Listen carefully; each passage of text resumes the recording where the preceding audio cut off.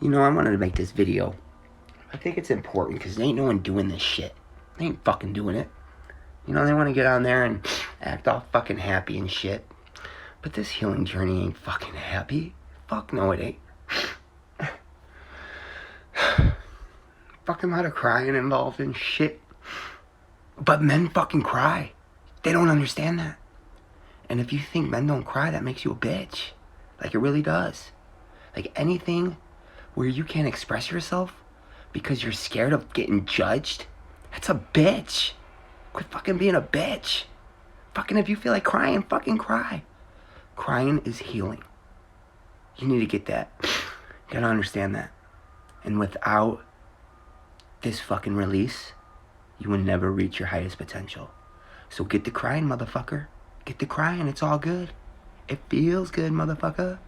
Sometimes, in the moment, it's a little different, Once you get over the fact that it's a natural process that the body does, an emotional process to release traumas, then you could actually categorize it as good and it feeling good and it's a release instead of like wiping your tears like, no fucking bitch, you crying like a little fucking... No, it's all good, brother.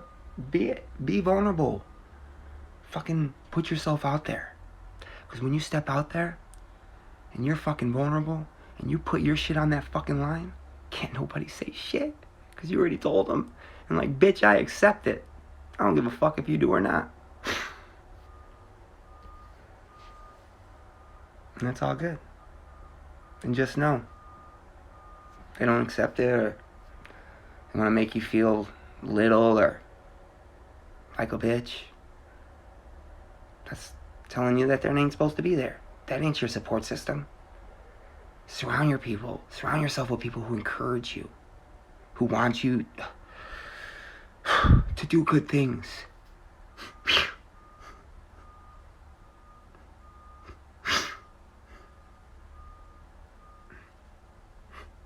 It's okay.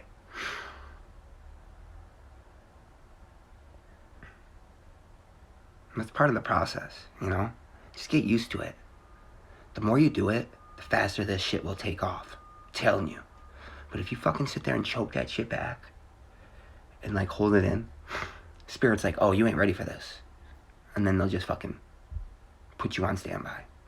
So if you want to get on standby, act like a fucking coward and hold your feelings in.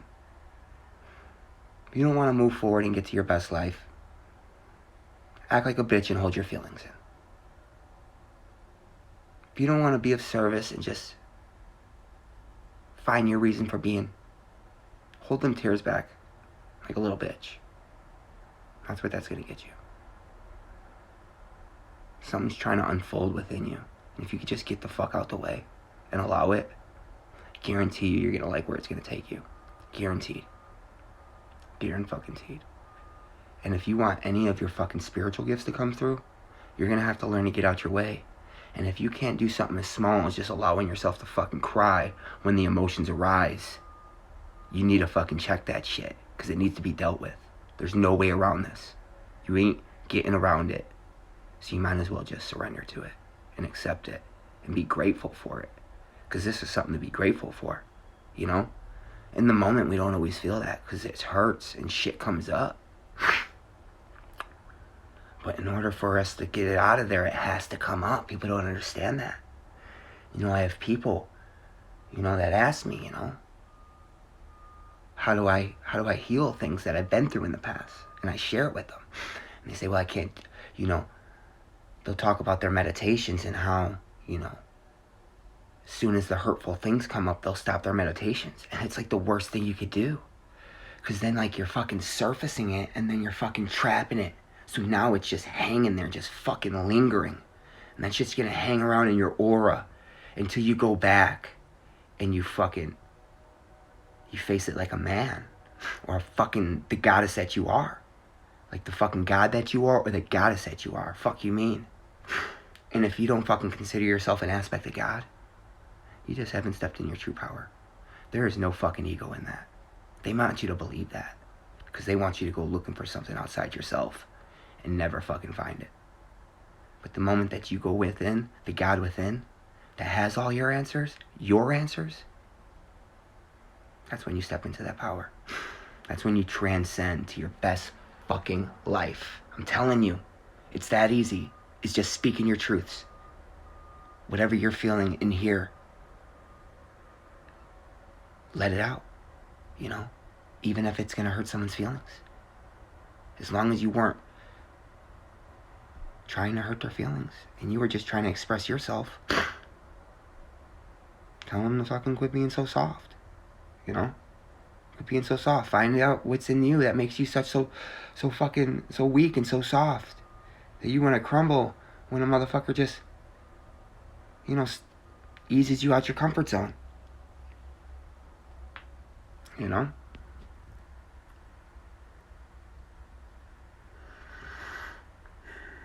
And if you're fucking struggling with addiction and you're like, this shit will drive you back there, it will. I would have went back. If I didn't find this fucking leaf, this kratom, Krotom, Mitrazina specioso, is fucking delicioso. Yeah, I'm telling you, if it wasn't for me finding this fucking plant, I wouldn't be here talking to you. So if you're struggling and you're fighting it so hard, and you're actually fucking going through your phone looking for someone to score something from, fucking Google kratom. Find a smoke shop near you if it's legal in your state. If not, maybe you have a family member that lives in a state where it is legal. And then you could just fucking figure it out. I don't know. I don't know how to break the law anymore. You know? I got an idea, but I'm not going to post it on here. Fuck's that look like? But you know what? It's okay. If it's your survival, break that fucking law.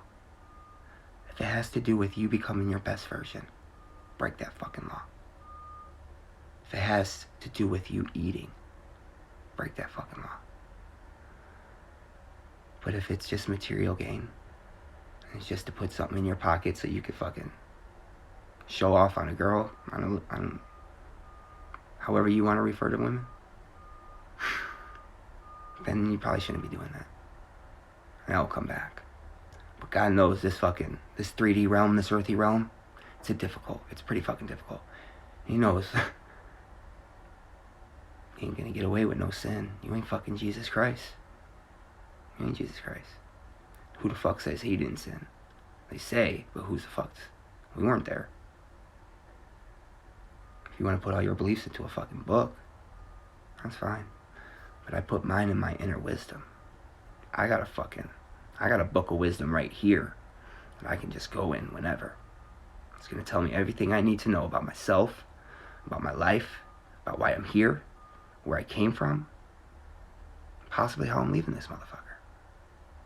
That's okay, because it's removing that fear from me. Fuck that. Embrace death. Don't be scared of it. You're going home. This shit ain't your home. Don't fear this. Don't fucking latch onto this place. This ain't your fucking home. Let go of it. The moment that you can just let go of it and enjoy it, life just starts unfolding for you. It starts just happening for you. But we all got a day. You don't know when that is. So why worry about it? Why fear it? Fuck that, I'm not. You know, and there might be a shred of fear in there still. But as far as I stand here today, fuck that. No. I'm not fearing it. You know, and I know, certain things will arise that will tell me different. I had a situation just the other day. I was headed to Seattle. I was at the bus stop. And a guy walked up and he was getting on the bus and he was like, hey, you think I could leave this bag right here while I run down there? I didn't think anything of it. I was like, yeah, fuck it, I think I was just being a nice guy and being of service. So we walked away and I'm kind of paying attention to where he's going. And that dude went 2 blocks and then I lost him and he's gone and I'm thinking about this fucking bag what did he have in that bag? Should I be worried about this shit? This day and times, this shit's sketchy as fuck, and then it made me think, don't commit to shit like that, but, and let go of that fear, because if that was supposed to happen, you can't fucking do anything about it, but just acknowledge that fear and say, that shit's fucking fake, that shit's flaky as fuck, these thoughts, this mind, that shit's flaky, and you gotta learn. When you use your mind as a tool, it's there to serve you. Use it. Figure out whether you need to, direct yourself or find out a solution. Figure it out and get the fuck out. and be right here in this moment. And the more you practice that, the peaceful your life will get. But like I said, this is a struggle. Shit ain't easy. But I know it. When I step into my vulnerability, that's where my strength comes from. Because ain't no fucking thing you could say about me. Yeah, bitch, I cry. I don't give a fuck. Fuck you mean? Old dirt ass.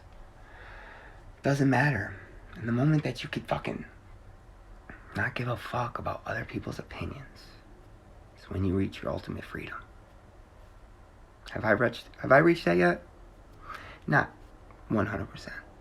But I'm getting there. But where I stand today feels pretty fucking good.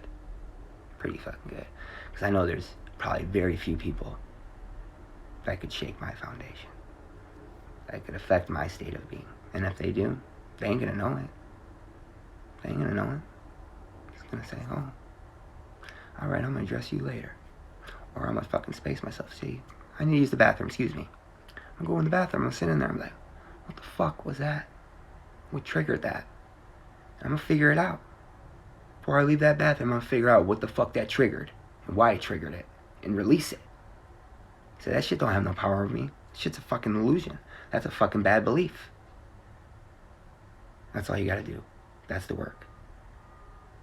If you focus on that and let go of all this external shit about having to fucking take workshops and read all these books and go to class and do all that, and you go to fucking class within your inner school, and you focus on that, and you get a PhD in that motherfucker, I'll tell you what, they ain't gonna like you. And just know that if you ain't liked, you're probably a bad motherfucker. Because you trigger people. You make them question themselves. Make them feel unconfident. They walk up in this bitch thinking they were confident.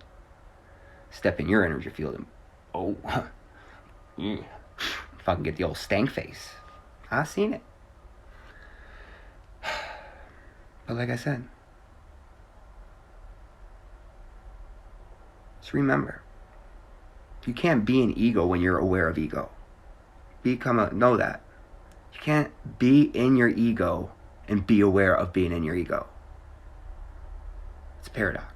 Or it's not even a paradox. It can't even happen. Because if you're aware that you're in your ego, then you're not in your ego.